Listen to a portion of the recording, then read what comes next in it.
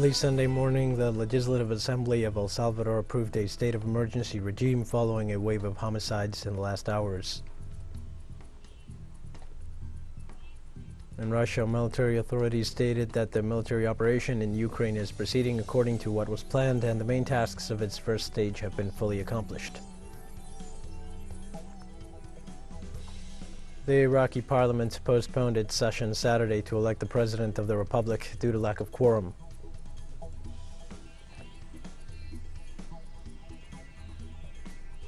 Hi, this is From the South. I am your news anchor, Dio Martin. From the TeleSUR studios in Havana, we begin with the news. Early Sunday morning, the Legislative Assembly of El Salvador approved a state of emergency regime following a wave of homicides in the last hours in the country. The Assembly approved the measure at the request of President Nayib Bukele, who hours earlier held an emergency meeting with the Security Cabinet to address the problem. The emergency state restricts a series of constitutional guarantees in an exceptional manner and provides the government with extraordinary powers. Between Friday and this Saturday, there have been registered around 76 murders in the Central American country. In November 2021, El Salvador also registered a sudden rise in homicides that left more than 40 murders in 3 days. Bukele criticized the accusations that his government has a truce with the gangs. While in December of the same year, the United States sanctioned 2 government officials for alleged secret negotiations with the Mara Salvatrucha 13 gang.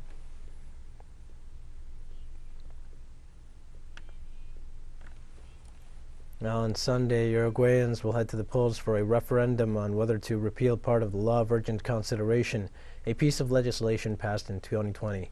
The LUC has 476 total articles, 135 of which will be up for consideration, covering topics like security, education, fiscal management, and public companies.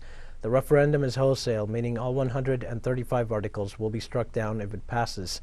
Approved in the beginning of the COVID-19 pandemic, the LUC is a hallmark reform of President Luis Lacalle Pou, whose victory in the 2019 election ended 15 years of governance by the left-leaning Broad Front coalition.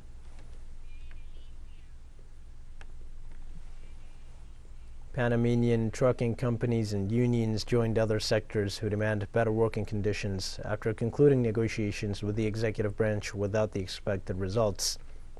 Representatives of trucking companies, users, government authorities, and the Transit and Land Transport Authority participated in the dialogue process. Also, the president of the Interior Transport Council, Nestor Cubilla, said the government proposal does not allow to face the high costs of daily operations.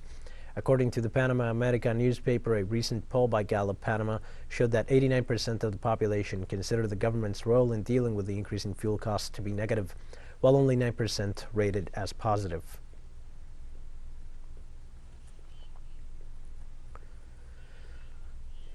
Peruvian President Pedro announced he will go to Congress to defend himself in the impeachment trial that will debate his possible destitution on Monday, and announced the launching of a campaign to oust his government.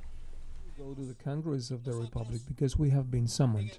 We have been summoned to answer for what I know they made the Peruvian people believe, and this week, starting tomorrow, there will be a devastating campaign against the government. Likewise, the president has repeatedly restated the anti-democratic willingness of the opposition, who plan to overthrow him through legislative means despite his victory in the 2021 general elections. I am sure the Congress will not fall for it. They are immensely responsible congressmen. There are members of Congress who understand the needs of the people and will not fall into this type of blackmail and will not believe in this media circus. And moving on in Latin America, the president of Mexico, Manuel Lopez Obrador, responded to the controversial statements made by the head of the United States Northern Command, Glenn Van Erck, about the alleged presence of Russian spies in Mexican territory. We have to send them messages telling them that Mexico is not a colony of any foreign country, that Mexico is a free, independent, sovereign country. We're not a colony of Russia, China, nor the United States. The Mexican head of state also reaffirmed the policy of not interfering in the affairs of other countries, a policy traditionally adopted by his nation. We have a policy of non-intervention. Remember what President Juarez used to say, between individuals and nations, respect for the rights of others is peace, as simple as that.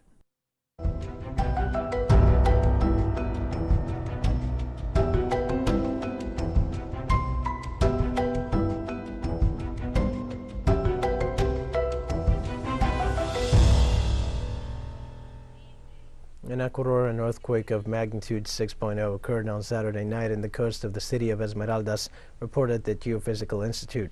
The earthquake had its epicenter 11 kilometers from the city of Esmeraldas at a depth of 10 kilometers underground.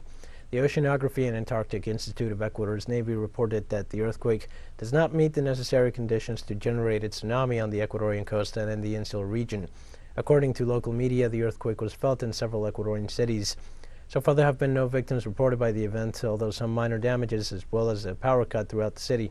According to the National Risk and Emergency Management Service of Ecuador, the earthquake was felt in 11 of the 24 provinces of the country.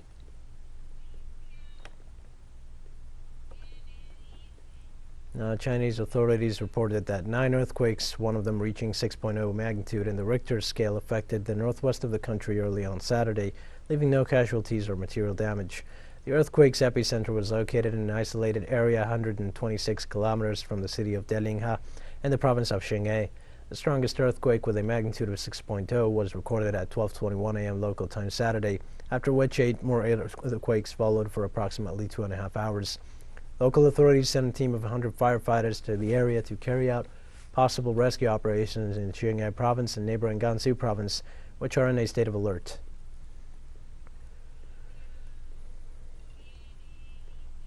On Saturday, the Philippines authorities evacuated hundreds of people while thousands remain on alert in the surrounding area of Tal volcano after a small eruption that caused the emission of gas and steam up to hundreds of meters.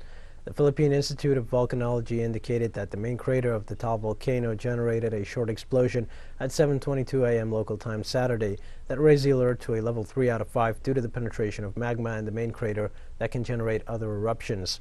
The explosion was followed by almost continuous magma activity inside the volcano, which caused smoke clouds of up to 1,500 meters high, as well as volcanic earthquakes. In this context, the authorities ordered during the early hours of the morning the urgent evacuation of more than 1,000 people in villages located in less than a 7 kilometers radius from the center.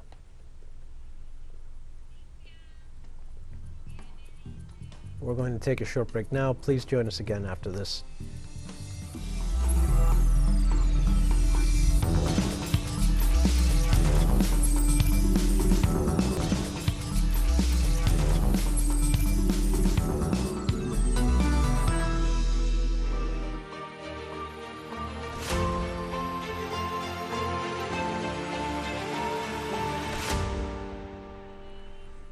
Hi, and welcome back to From the South. In Russia, military authorities stated that the operation in Ukraine is proceeding according to what was planned and the main tasks of its first stage have been fully accomplished.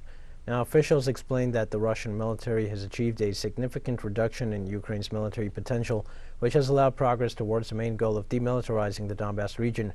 Regarding this, officials pointed out that Ukraine has lost a significant part of its military equipment. More than 65% of tanks and armored vehicles, over 42% of field artillery guns and mortars, and more than 30% of missile systems, according to Moscow's intelligence. In addition, the military high command said that during the month-long operation, 1,351 Russian servicemen have died and 3,825 have been injured in the conflict.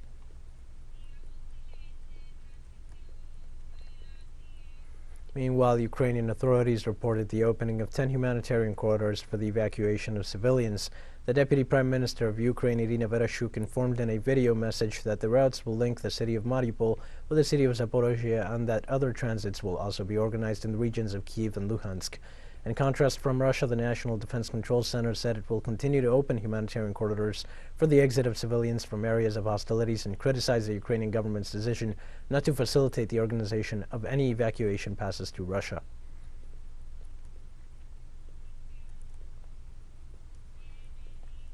From the Refugee Center for the Victims of the Shelling of Ukrainian Forces Against the Civilian Population, TeleSUR talked to some of the refugees and church authorities. I believe that these refugees are not the last ones, and we will be delighted to welcome them, because we understand the pain of these people. We feel a deep compassion for them, and we know a little bit about the difficult events in Ukraine, so we cannot react in a different way. Whatever we can do, we will do our best. We lived in the airport area, in the Kievsky district, which is rarely quiet, so the atmosphere was, of course, difficult. But what is happening now was not even the case back in 2014. The bombing is now very intense. It really wasn't even the case in 2014. Yeah, it's very scary. There used to be just some stability in life. We knew we were somehow relying on the future, but now we just live for the day. And you don't know what's going to happen tomorrow, and that's it. That's the way it is. In other news from Europe, voters in Malta went to the polls on Saturday in general elections, where the surveys expect the ruling party to secure another term despite concerns about corruption in a nation still rocked by the assassination of a journalist some time ago. Opinion polls had pointed to a decisive win for Labour and Prime Minister Roberto Abela, who has campaigned on his handling of the coronavirus pandemic and his party's economic record during 9 years in power. But Labour is also still tainted by the high-level corruption exposed by journalist Daphne Caruana Galizia, who was killed by a car bomb in October 2017, a murder that shocked the world. The new Prime Minister has made moves to strengthen good governance and press freedom, although anti-corruption campaigners and Caruana Galicia's family say he has not done enough. The issues are for the old people, the pension, because at least they know that we work hard before and now that we are getting something. The education, the health, and some other small items like, I don't know, the peace and quiet is the most important thing for me.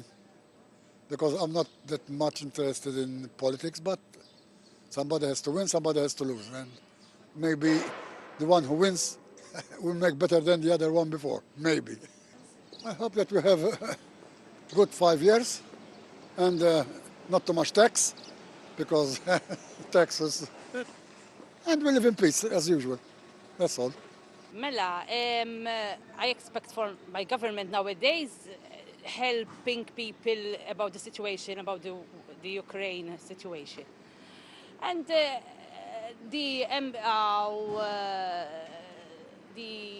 situation about the money,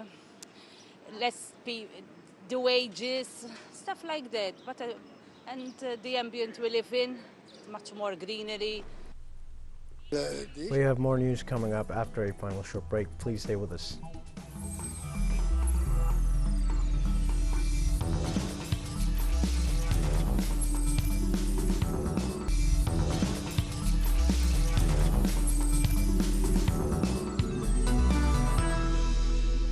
Hi and welcome back. The Iraqi parliament postponed its session Saturday to elect the president of the republic due to lack of quorum. According to the Iraqi constitution, 2/3 of House members must be present, which means 220 members have to attend the parliament session to elect the president. On Saturday, only 202 members took their seats, so the voting was postponed till Monday. There are 40 candidates nominated for the post from various parliament blocs and independent individuals, including Arabs and Kurds. Rabbi Ahmad, the candidate from the Sadr Barzani Halbuzi coalition, is believed to be the most likely winner of the election. The parliament scheduled today is to elect the president of the republic.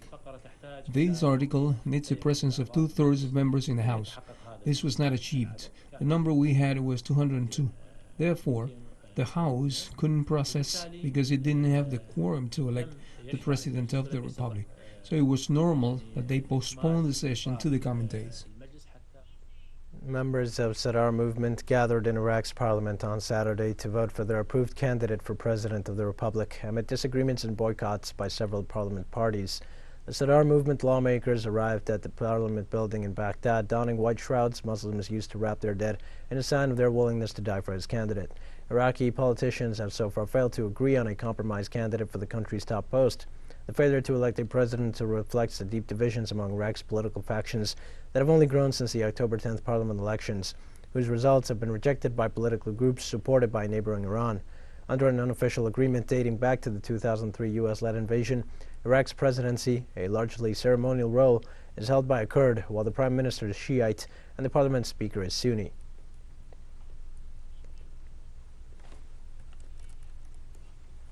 The government of France denounced the Orpea residential group for senior citizens and will ask for the return of allegedly misappropriated public funds after finding financial irregularities and other flaws in its system. The Secretary of State for Autonomy, Brigitte Bourguignon, pointed out that reports from the General Inspectorate of Social Affairs and the General Inspectorate of Finance have revealed alleged irregular practices, notably a lack of accounting monitoring of surpluses of public funds and an application of expenditure that does not comply with the regulations. This denunciation follows a publication of a journalistic investigation that includes interviews and testimonies that leave the residential group in a bad light. The document describes a system where hygiene, medical care, and even food were rationed in order to improve the company's profitability.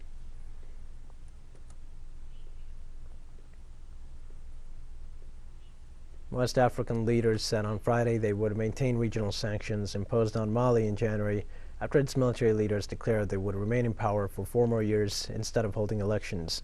The West African Economic Community took the decision during a summit in the Ghanaian capital that sanctions on Mali suspended most trade and financial aid to the country and included the closure of land and air borders with other nations belonging to the bloc. Meanwhile, the 15-member bloc agreed that the condition for the lifting of sanctions is that the Malian army, which took power in 2020, organize elections within 12 to 16 months and not in 5 years, as proposed by the de facto government. After examining the recommendation of President Goodluck Jonathan, who was acting as a mediator, the heads of state finally decided that they are willing to consider an extension of a transitioning Mali in the range of 12 to 16 months. About 24 girls and women chanting "Open the Schools" protested in the Afghan capital on Saturday against the Taliban's decision to shut their junior high schools just hours after reopening them this week. Should open the girls' school because women are half part of the society. Taliban cannot oppress the women of Afghanistan. Today we are gathered to shout for the joint pain and do not ignore that one generation will be restricted from the right to education, study and literacy. There is no legal and logical justification which shows the women of Afghanistan should be banned from education or political and social infrastructure. It is in our Prophet's saying, everyone has given us the right, but Taliban has taken away this right from us. Education is our right.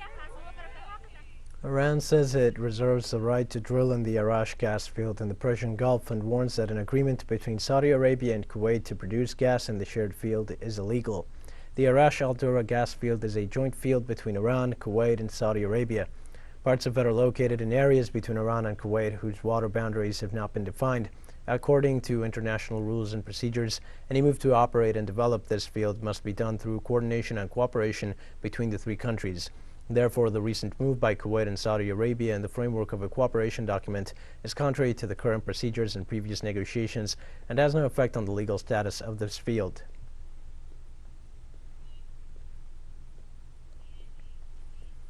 A reporter of the United Nations Human Rights Council openly denounced the Israeli regime's practice of apartheid in the occupied Palestinian territories. Michael Lynch, a reporter appointed by the United Nations Human Rights Council to investigate human rights violations in the occupied Palestinian territories, said on Friday that the reality of Israel's occupation of the West Bank and Jerusalem meets the legal definition of apartheid recognized under international law as a system of racial segregation. He explained that in the Palestinian territory there is a deeply discriminatory dual legal and political system that privileges the 700,000 Israeli Jewish settlers living in the 300 illegal Israeli settlements in Al-Quds, Jerusalem, and the West Bank. It has also reinforced that the system of Israelis' domination over the Palestinians can no longer be interpreted as an unintended consequence of a temporary occupation.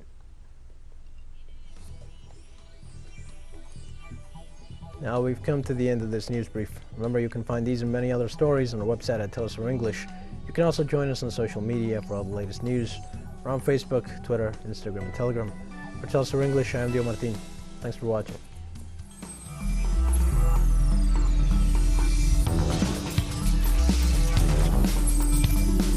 Hola, ¿qué tal? Sean todos muy bienvenidos.